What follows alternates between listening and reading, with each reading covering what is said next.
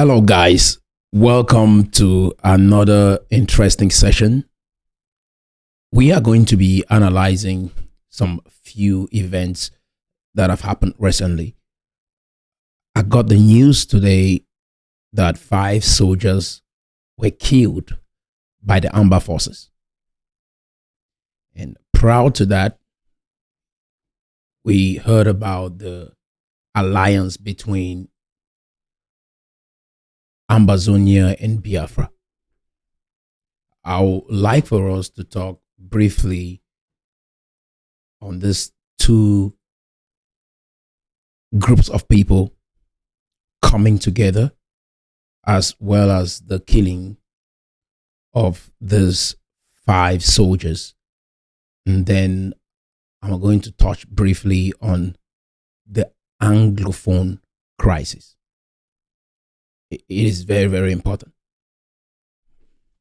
Now,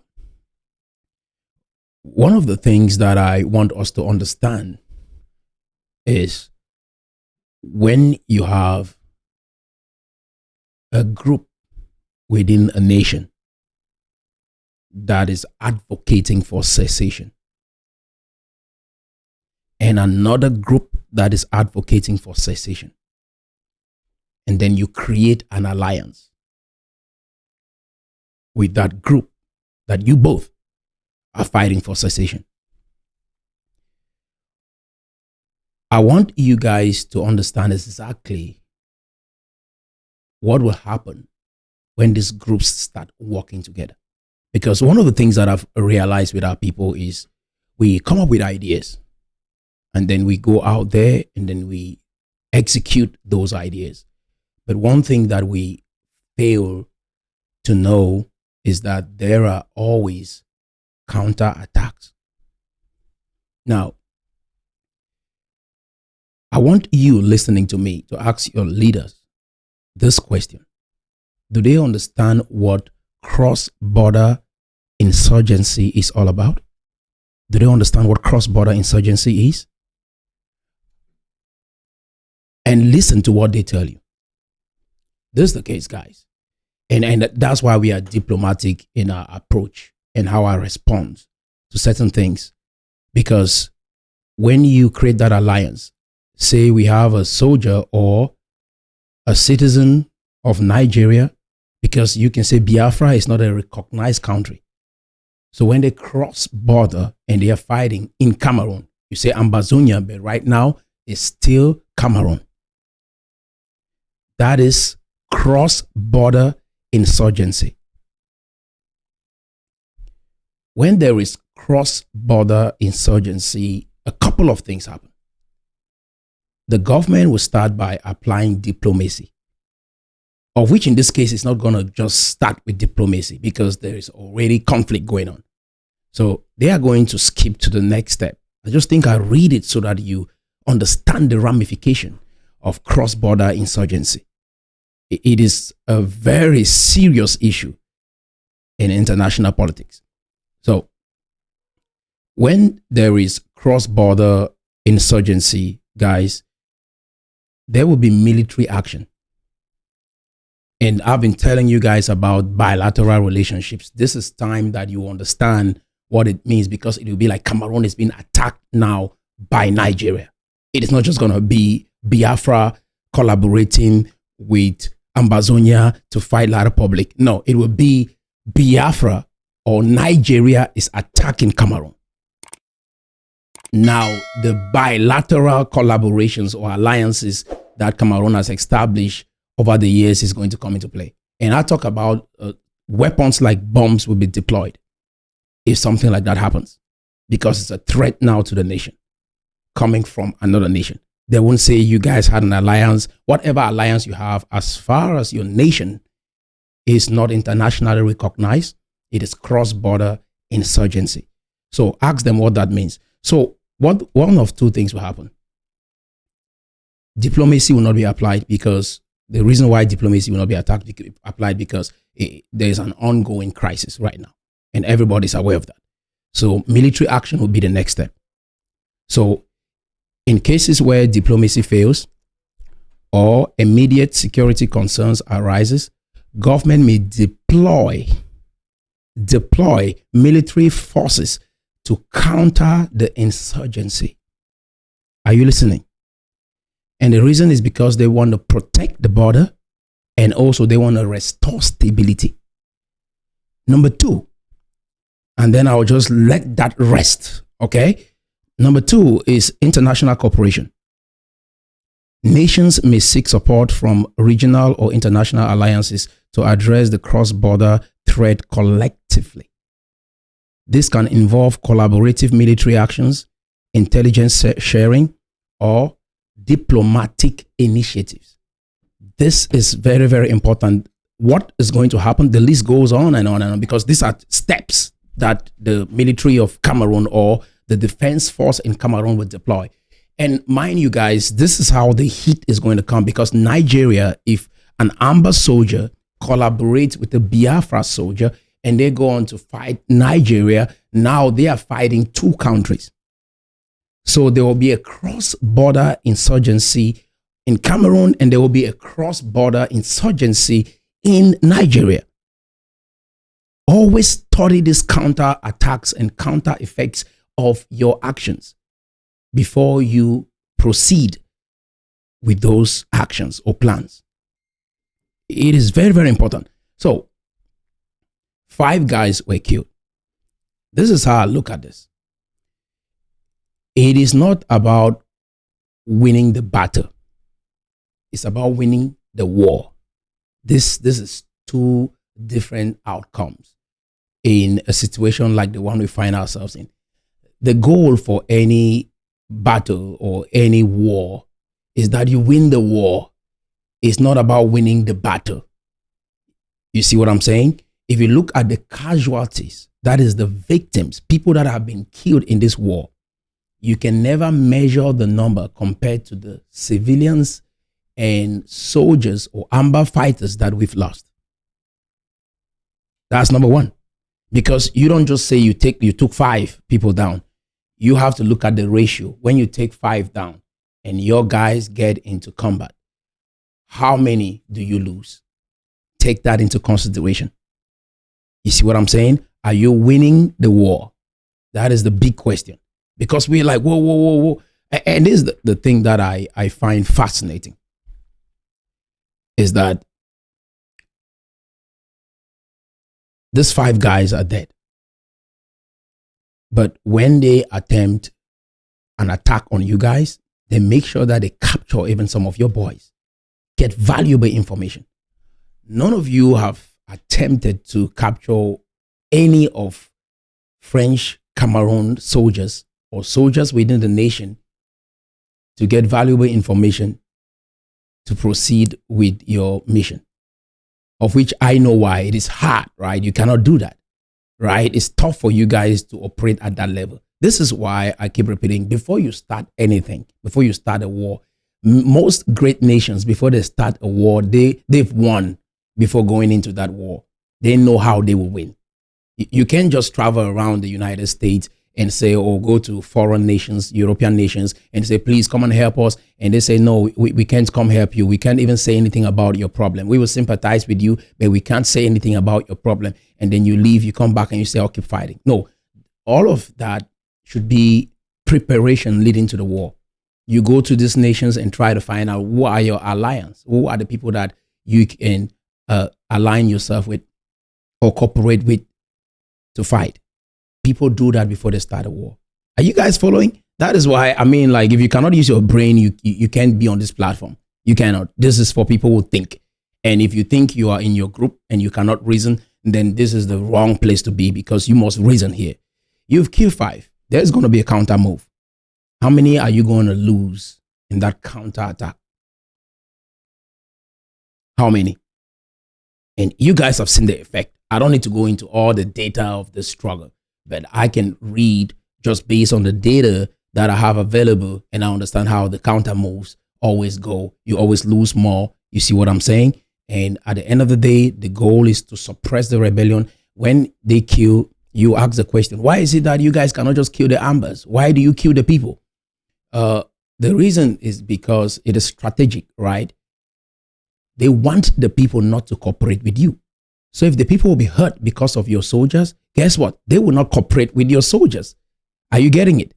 And those people that cooperate with your soldiers, some of them get crushed in the process. So there is all of this going on. And it's all strategy. Sometimes you just come on your social media. I expect us to learn, reason what is going on, so that when we come and we are presenting even the situation on the ground, we can speak in a way that shows that we understand the strategies that is being deployed against us. Which is why I find this it's just this battle is needless. We shouldn't be doing this. You understand what I'm saying? And another thing that I want you guys to realize about the Anglophone crisis. The Anglophone crisis is something that has been highlighted from the onset. And today I want to take that time to explain to you what that Anglophone crisis is so that you can have perspective. It is not about how old you are. It's about you, because in the year 1472, none of you was alive. No, none of you. But that data is available so that we can be able to make sense of our reality. This is what the Anglophone crisis is. One fascinating thing about the Anglophone crisis is it has been always compared to a marriage, like a relationship, which is amazing. So I will use that analogy to describe what the Anglophone crisis is and have you think for yourself. The Anglophone crisis is a marriage of the English people and the French people coming together. That is what that marriage is all about. So in a marriage, there'll always be a man and there'll always be a woman. The British deemed that we were not competent to lead ourselves. Or some people say we didn't have the resources available to lead ourselves as a separate entity. And so they said, you guys are going to achieve independence by joining either Nigeria or French Cameroon. And we chose French Cameroon, which indicates that French Cameroon, because they were stable for self-governance, and then we will call them a man in that relationship, because most relationships, the man is always stable, have the money, have the house, and then go out and get married. Does that make sense? So the Anglophone crisis can be defined as a relationship where the wife refuses to perform her marital duties. She denies the man sex, and then she goes on to brainwash the children to think about their father a certain way.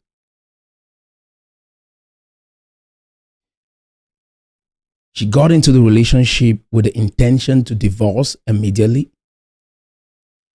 In 2017, she has attempted to garner the support of foreign nations to aid her in that divorce.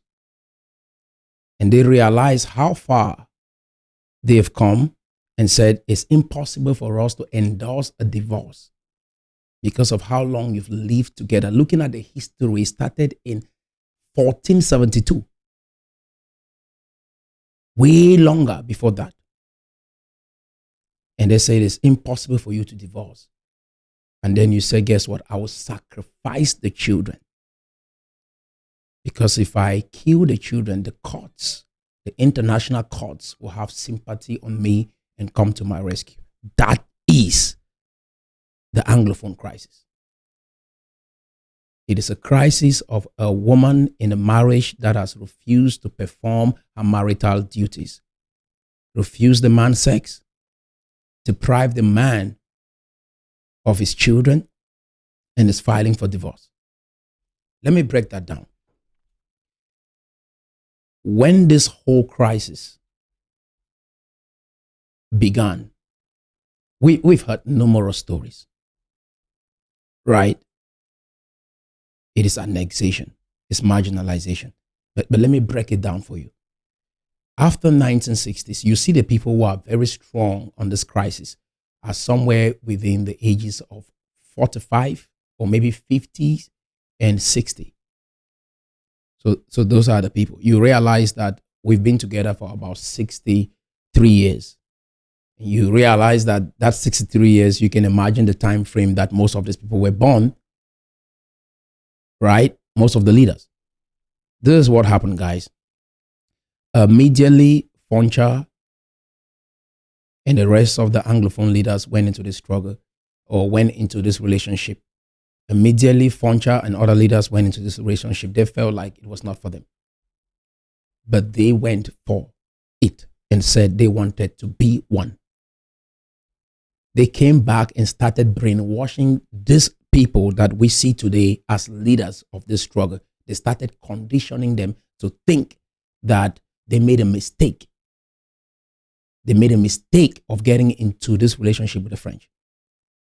So when I talk about an unfaithful wife, because they never threw their heart into this, because this is the thing, guys, people will say they closed down our factories. They closed down our power camp. They closed down our industries. I understand why you say that. But in Northwest, where I was born, we don't have the kind of electricity issue that Nigeria has. So we've always had electricity and we've always had water. Talking about the industries, that might be strategic given the sentiments that was coming out of Northwest. So they're like, okay, we would not just have these industries here, because if these people start making money and become powerful, they will overthrow the government. But you have water, you have light, you have everything that you need to sustain yourself, but we will not give you more than that because of how we can monitor your behavior. We see that if we empower you tomorrow, you will be detrimental. You'll be very dangerous for the nation. Of which, if we had that money, that is very, very true. Are you guys following? So the wife came back from the Fumban conference and started indoctrinating the children, gave birth to these young people, these people that we see today, the Chris Arnold, the Sako, the Cho Ayaba. They are within their 50s. They were very young, say maybe 9, 10. Some of them went to high school. They were indoctrinated. Like Chris Arnold said it, he was indoctrinated based on the way history was taught. He felt like after the class of the Fumban Constitutional Conference, he felt like picking up arms. And he told his classmates, someday if I get the chance, I'm going to do this. What I'm trying to get our people to understand is that this relationship that started between Foncha and Aijo, they came back and never committed. They didn't even ask questions like, okay, why are we shutting down these industries? What is the purpose? Okay, why is it that you guys are treating us like this? And sometimes it's not just about asking the question, it's about looking at your conduct. What am I doing that they will make this kind of thing towards me? Or what am I doing that will cause maybe the French Cameroon to behave this way towards me? Because in every relationship, guys, you must take a certain degree of responsibility. You can say it's 100% the husband's fault in the marriage. Husbands, how will you feel if your wife said you are 100% the cause of every problem in that relationship? Doesn't make sense. When two people are involved, there is a certain percentage of responsibility that you should take. My question to our people, our fathers, some of you are old enough to be my father, and I'm 33. What did you do that you feel like could ruin this relationship? Because it has messed up most of us, our lives. Like most of us did not have the kind of opportunity that we can have because of your behavior in that nation. So it's just the fact that you will grow up and be thinking that someday you will separate from this nation. It means you've been indoctrinated by your parents that are called you, the wife. They've indoctrinated you, the children, the Cho Ayaba them. They are the children. They are all products of this union. They are all products of this union. And so what they were taught is a manifestation of what we see today. I don't know if this is making sense to you. Let me break it down slowly. Foncha and the rest went into this conference, came back and felt like they shouldn't be part of this nation. Instead of throwing their hearts and minds into that relationship, that union with French Cameroon, They came back and started indoctrinating their children of how bad their father is, French Cameroon.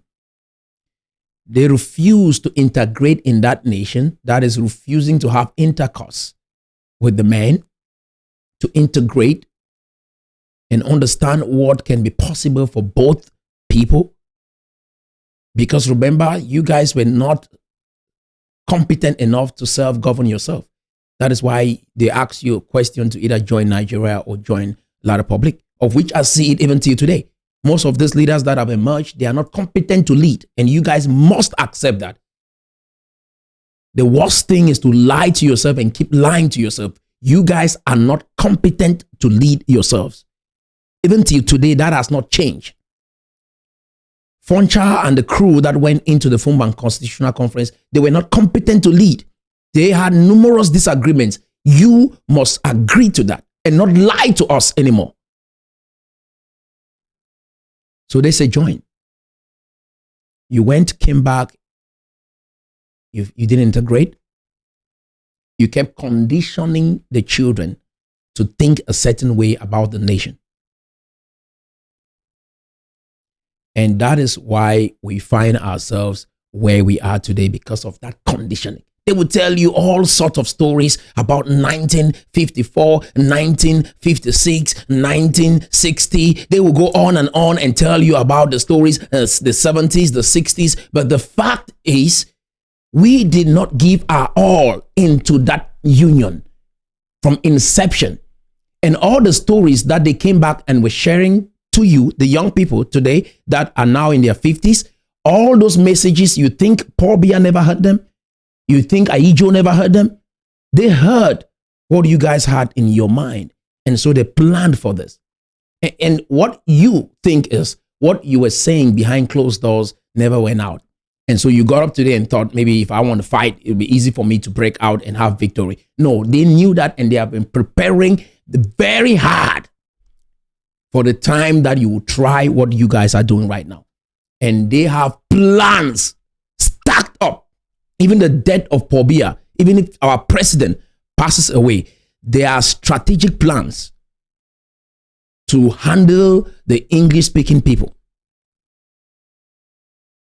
He doesn't have to be in power for that to happen.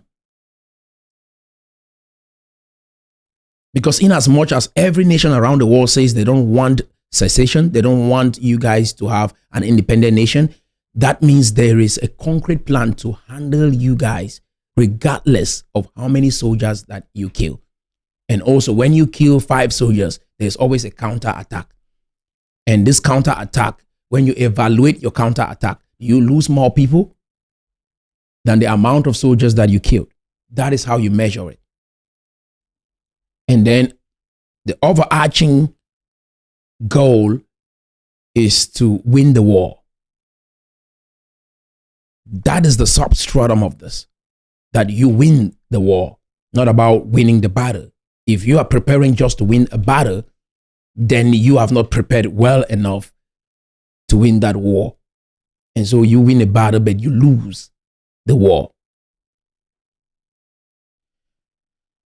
So again, as I wrap up this session, the alliance you guys are creating, ask yourself a lot of questions. And I've told the Amba soldiers, if you are listening or watching this channel, these old folks, some of them are old enough to be your big brother or your father, and they believe in this cause. They believe that we should really separate. Amba soldiers, I'm going to repeat this again. Tell these leaders, at least 5 of them, some of them have assumed positions of generals.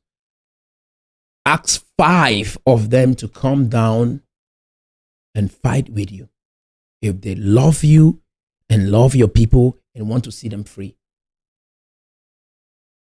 It's one thing to profess love.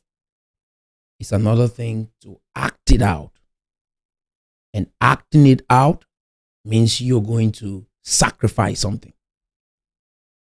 You cannot just tell the woman, I love you all the time, right? Like I said in the previous video, you will have to get to a place where you say, I love you, so I'll buy you this. I will take you to this place. So you must show that love. Ask them to come down. At least 5 of these leaders should come down and fight with you in the battleground. They should come down and fight with you in the battleground to prove their love for the people of Ambazonia. If they refuse, understand that they are setting you up to die. And again, I've noticed that in Cameroon, there is a tendency for parents to always sacrifice children and stay alive. In America here, parents will sacrifice their lives for their children. Their schools, and I've been to them, their churches, and I've gone to their churches. Every institution that is erected in this nation is designed for the next generation and not just the immediate generation. In Africa, we sacrifice the children for the parents. And that is why we always look backwards. And our economies and everything dies. Parents don't go die for the children. They send the children to go die for the parents. You see what I'm saying? We got to change that narrative. Do not die for any parent. Anything they tell you, tell them, come and show me an example. Do not participate in anything that somebody is conditioning you to do that they cannot do themselves. You see what I'm saying? In business, I've learned this. They tell you, do not give a responsibility to someone that you cannot do yourself. Come and show us how to fight. Be on the battleground and fight with us. Guys, come on. Let me tell you something, young people. If you send 1,000, you guys got to start taking out some of these old folks and putting them in front with guns that have all of these ideas. Start taking them and putting them in front to go fight. Don't leave them around, because most of them have these ideas in their head. Start taking some of these old folks, because there's the draft system, right? They used to draft people for military. Drafting means it doesn't matter how you feel. They will take you out. Here in the States, it happened back in the days. They will take you out if you are strong, have hands, have legs, and you can go to war. They will draft you and put you out in battle. You got to start drafting some of these old folks, because most of them have. If I get it to Cameroon today, it's very easy. I know the age group of people that if I pick out, I'll pick at least 80% of them with the idea of a secession in their mind. Put them in the battleground and watch them fight for you so that you stay alive. It was always the fathers go and die, the mothers and the children stay alive. That is how we have to do it. Pick them, start taking them. If they keep telling you about fighting, start removing them out of their houses, because I see what some of these young people are doing to these old folks. Take them out of their houses and start putting them to battle, to go fight. Give them training for a week or two and tell them, pick this gun. That's what you want me to do for you. Go out and fight. Some of these leaders are brought. You guys need to get them on the battleground to go fight for you. Because tomorrow we don't want to build projects or start companies or start businesses and we turn around and all the young men are gone. They are dead. The community is weak. Or some of them are struggling with some mental issues because of what they had during this war.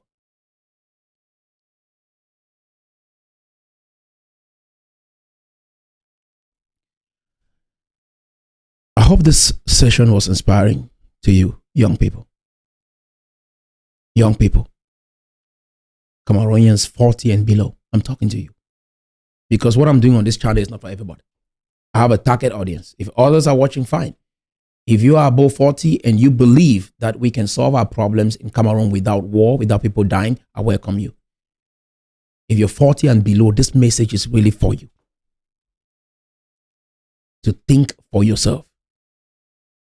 There is no way on earth that I won't see old folks on the ground fighting, and yet they have all these vocabularies to spread around and have you go die. No way. No way. This is a setup. I love you guys so much, and until next time, guys, stay blessed. All right, if you like this video, you're gonna like this other episode, and you can watch it by clicking right here.